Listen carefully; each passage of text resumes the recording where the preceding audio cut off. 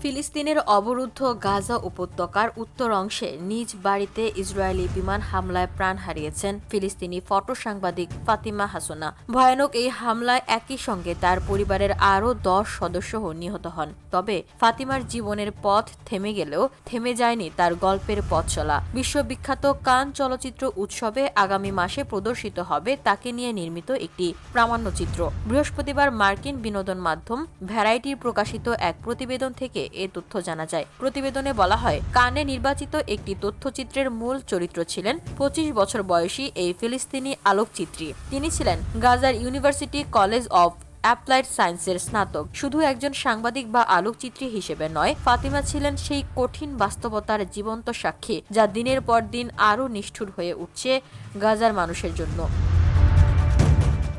নিহত হওয়ার কয়েক ঘন্টা আগেও তিনি ফেসবুকে নিজের বারান্দা থেকে গৃহীত একটি সূর্যাস্তের ছবি শেয়ার করে লিখেছিলেন, অনেক দিনের মধ্যে এটি প্রথম সূর্যাস্ত।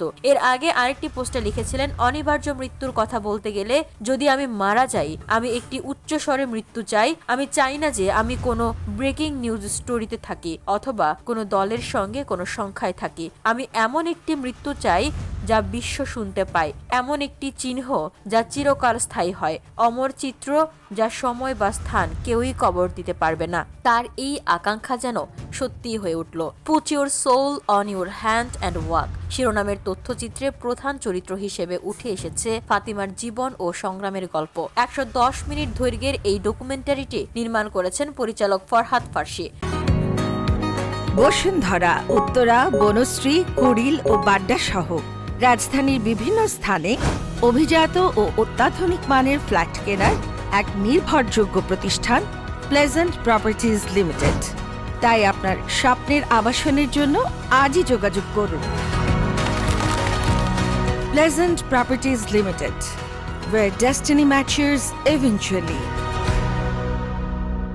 পরিচালক জানান, এটি মূলত গত 1 বছরের মতো সময় জুড়ে ফাতিমা ও তার মধ্যে চলা কথোপকথনের ভিত্তিতে নির্মিত। এটি শুধু একটি চলচ্চিত্র নয়, বরং গাজার চলমান গণহত্যার একটি জীবন্ত দলিল।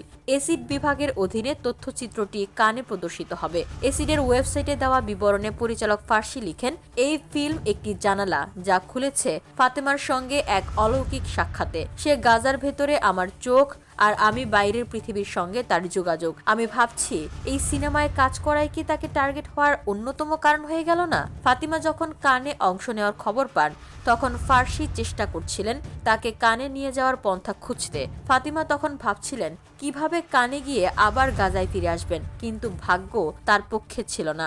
গল্প পৌঁছালো বিশ্বমঞ্চে, কিন্তু ফাতিমা থাকলেন না সেই মুহূর্তের সাক্ষী হতে। ফাতিমার প্রাণ বিসর্জনের ঘটনায় সাংবাদিক মহলে শোকের ছায়া নেমে এসেছে। জাতিসংঘের ফিলিস্তিনি শরণার্থী বিষয়ক সংস্থা UNRWর কমিশনার জেনারেল ফিলিপে লাজারিনি বলেন, ফিলিস্তিনি সাংবাদিকরা বীরত্বের সঙ্গে কাজ করে চলেছে, কিন্তু এর জন্য তাদের ভয়ঙ্কর মূল্য দিতে হচ্ছে। জাতিসংঘের তথ্য অনুযায়ী এখন পর্যন্ত গাজায় 209 জন সাংবাদিক নিহত হয়েছেন, যাদের কেউ ডিউটিতে ছিলেন, কেউ বাড়িতে। ফাতিমা হাসনা একজন চিত্র সাংবাদিক, একজন কণ্ঠস্বর, একজন সাহসী হৃদয়। তার চোখ দিয়ে বিশ্ব দেখেছে গাজার বাস্তবতা। আজ তিনি নেই, কিন্তু তার গল্প বেঁচে আছে এবং সেটি পৌঁছে গেছে কানের মতো বিশ্বমঞ্চে। ফাতিমার সেই উচ্চ স্বরে মৃত্যুই হয়তো আজ বিশ্বের কানে ধ্বনিত হচ্ছে। VOD Bangla news desk.